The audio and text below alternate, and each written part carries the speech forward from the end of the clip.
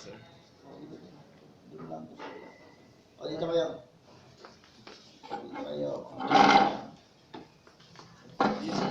Dynamometer. Opo, sir. Na-pendingan po. Ha? Pending. Dito kayo. Dynamometer. Opo, sir. Na-pendingan po. Ha? Pending po. Ano yun? Ano nangyari doon sa dynamometer?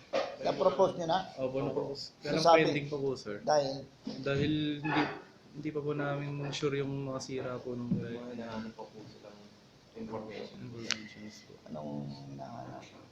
Yun kung kailan daw po ning nagamit, kung ano po mga aayusin namin doon. So baka daw pinturahan lang naman daw po. Hindi lang daw masira. Hindi. Ano talaga siya. I-rehab talaga siya. Kailangan po hindi. talaga naman. Ano ba title nyo? Rehabilitation and upgrade. Oh, yun, upgrade. Ano lang, ano kasi yan, matagal na siyang hindi pa na matagal na siyang hindi nagagamit. So, talagang maraming gagawin dyan. Yung rehabilitation na lang is already a big, Pero, sorry. ang iguro nyo, rehabilitation and complete functionality of the Oo, kasi until now walang with training manual. Ganun. Pero sir, yung magiging gastos po tayo sa pagpapagawa, Yun ang hindi ko alam. kasi baka daw po mas, pag bumili na lang daw po ng bago. Baka mas Bili na lang tayo ng bago.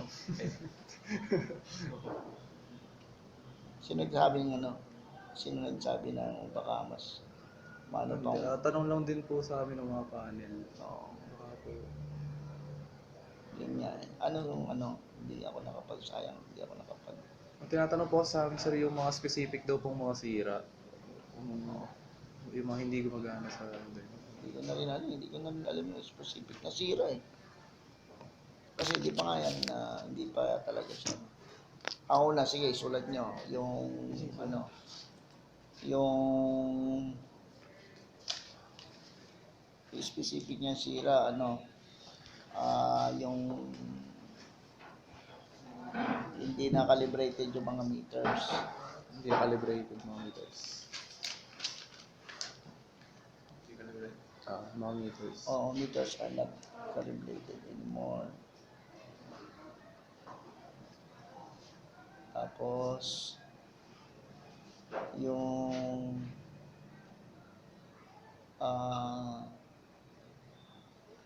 mga bearings are not already aligned. Bearings. Unaligned bearings. Hindi na naka-align yung mga bearings. Bearings ng ano po yun? ng mga ano man tawag doon? Bearing, bushing. Bearing, bushing. Makikita mo sa mag-ikot may mga bearings yan. So friction loss. Sabi, old age na eh. So yung mas malaki na yung friction loss. So, laki friction loss, CJ. Saka yung RPM meter niya ay outdated na. Outdated. Yung RPM meter, yung tachometer niya ay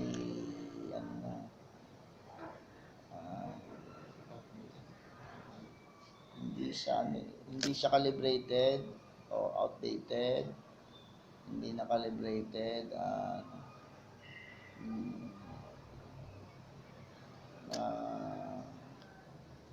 alam niyan, yung weight daw na nagwi-weight naman siya, nagbibigay pero hindi siya accurate. hindi siya accurate, hindi siya calibrated. Tapos yung kulang na sa linis, no? Kulang na sa linis kasi. Nakita niyo ba kung saan? Apo. Tinignan niyo? O ano nakita niyo? Kulang sa linis. Diba? No. Yun yung ano. Ano pa? Sir, yung mismong dynamometer po ba, nakandar po po? Maandar naman yun pag nilagyan mo ng ano, ng kuryente. Hindi na kailangan sir ng rewinding mga ganun po. Hindi naman kailangan na rewinding. Kaya lang, yun ang ano, yung torque, di ba natin makita ulit yung torque niya. Kasi hindi naman yan basta-basta rin masisira dahil electrical naman yan, hindi naman yan nagamit pa ng ano. Kaya pwede pa naman siguro yan dito sa gastado. Sir, sabi rin po kasi baka daw po sobrang dali lang daw po pag gagawin to. Dagdagan na rin daw po daw natin yung mga i-automate na Yun. machines daw Ito. dito sa IRTs. Kayong aayusin daw po. Automation na po. Hindi. Yun, changing the meters into digital. Diba? So, gagawin digital. Yun, pwede nga. Bali sir, okay nang yun na lang po. Doon na lang umikot po yung topic namin sa dynamometer. Kahit hindi na po namin dagdagan. So, Yung procedures niya, pwedeng ang tawag doon, yung kanyang procedure sa experiment ay dapat mabuo. Yung manual. tapos yung manual ulit. Efficiency yung nadagdag mo. Sir, yung sa dynamometer, pwede po bang dagdagan ng pwede kung makikita na po yung efficiency, yung mga... Yun, pwedeng gawin ng gawin. Pwede po. Kasi kinocompute pa yun eh. Pwede po namin gawin sir na may automatic po. compute. Nakikita na. Ano niya ba computing yung efficiency? Power input or output. You know. Oh, galing. That's right, man. Diba? So, ganun.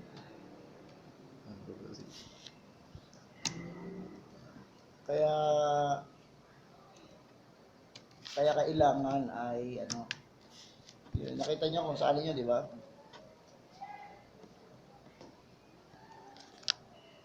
Hindi niyo ba magkano yun?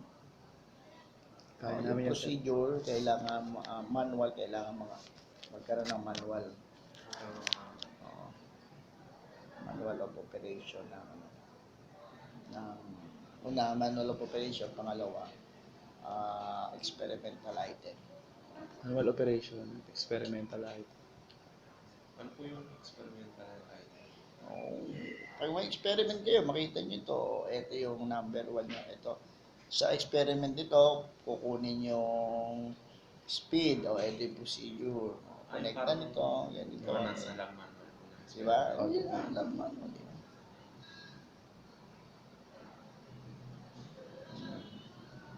So, pag ito ay ganito, pagka ang kukunin mo na efficiency, ito yung makukunin nyo. I current, IF, IF, IA. Mga ganun.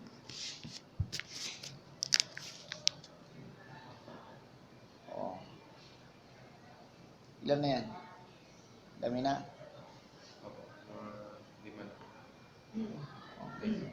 Ay, 6 na pa. Ay, 7 na. Ayun yung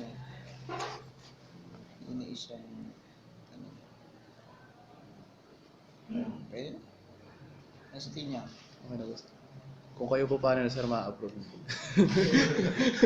Ako, Oo sir. approve ko na. Gusto ko approve ko na. Sir, kailangan namin kayo next week sir. May redefense po kami next week. Anong oras? Anong araw? Ay, Thursday yata. Thursday. Hindi mo yan na Hindi na tinuloy yung field trip. Maalas Sir, bali sir, kung alam na namin yung date tsaka yung oras po, pwede po, kasama po kayo dun sa panel para din po, mag-guide din po kami. Kung may Una, ganito. i-digitize nyo, di ba? Tapos magkakaroon kayo ng monitor doon monitor, paano nyo makikita yung efficiency.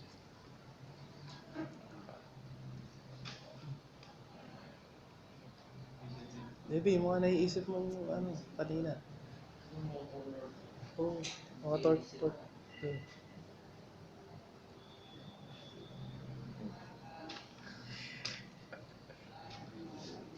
Ano,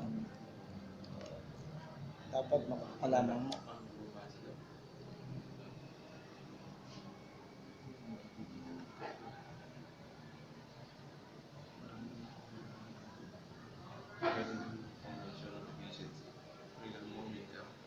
Conventional pieces. Ano, Hindi, parang may magko-compute na lang tayong automatic na gano'n. Arduino na lang.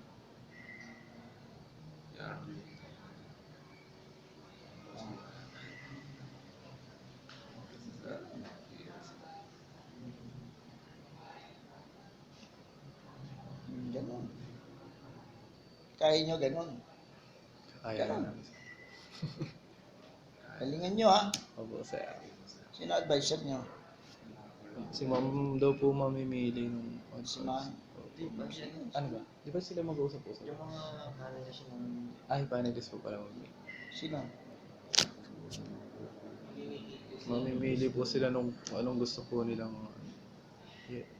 Okay. Huwag nyo na akong gawin pa. Yeah. Ay, huwag nyo na akong gawin advisor. Kasi ano eh. Baka,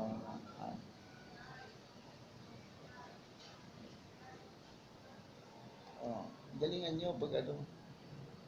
Pero maganda yan kasi matututunan nyo kung paano yung experiment ng ano.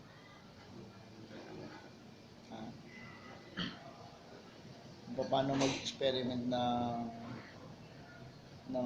Waljo. Anong tawag doon? Dynamometer. Ginagamit kaya sa standards. So, pag meron kayong sa standards.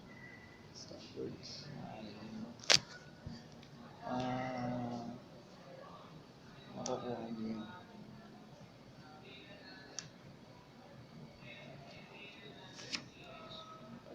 Pag nalaman niyo din yan, malalaman niyo yung standards. Masaya pag nalaman niyo yung standards. Sabi mo magpapatakbo po ba sa dynamometer? DC po ba? DC? Parang ano yan eh, parang DC. Parang DC yan. Parang DC siya. Tapos, DC siya and DC yata siya. Tama, DC yan. Kasi yung malaking motor na yan. DC gen yun. DC gen ba siya? DC generator siya. Yung DC generator, yung malaki, DC generator. Yung shaft na to, doon may kakabit yung motor mo. Pero ang unit under test, unit under test, UNT. And by unit under test. UUT ba yun? Ba't ganyan? Equipment under test, EUT. Yung equipment under test ay yung motor. Yung motor, iikot yun, ikakabit mo sa generator. So, pag umikot na yung motor, dahil generator, nag-generate ng kuryente yung generator.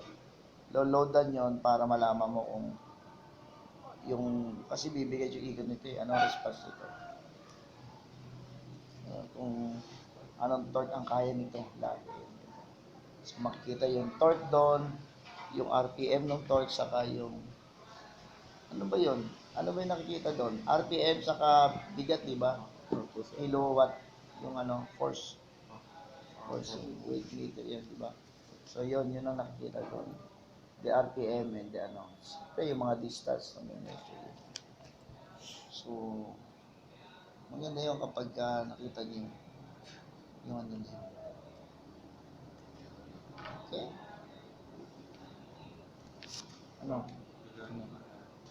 Meron pa? Pagano natin yan. Ayan. Wala ka niyo dyan. yan eh, tigas titi ka pa. Kayang-kaya na. Tayo yan. Kailangan eh, galingan nyo. Balls na. Ano, kailangan yung balls nyo. Yeah. Kailangan yung balls nyo. Kaya, ano, Ang follow-up question mo again.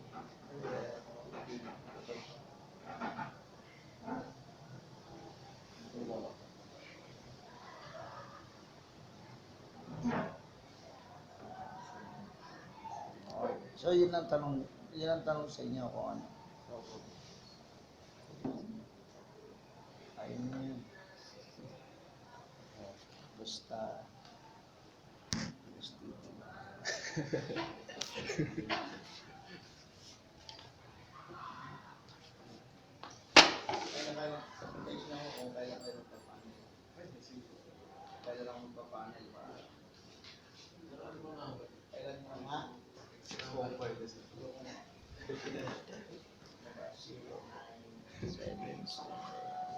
Zero 977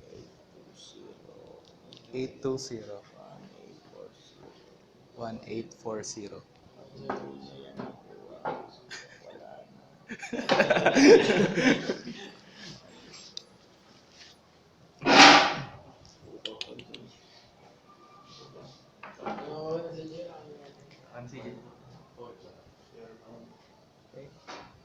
parang isa sa objective nyo, mapagana nyo siya. Mapagana nyo siya.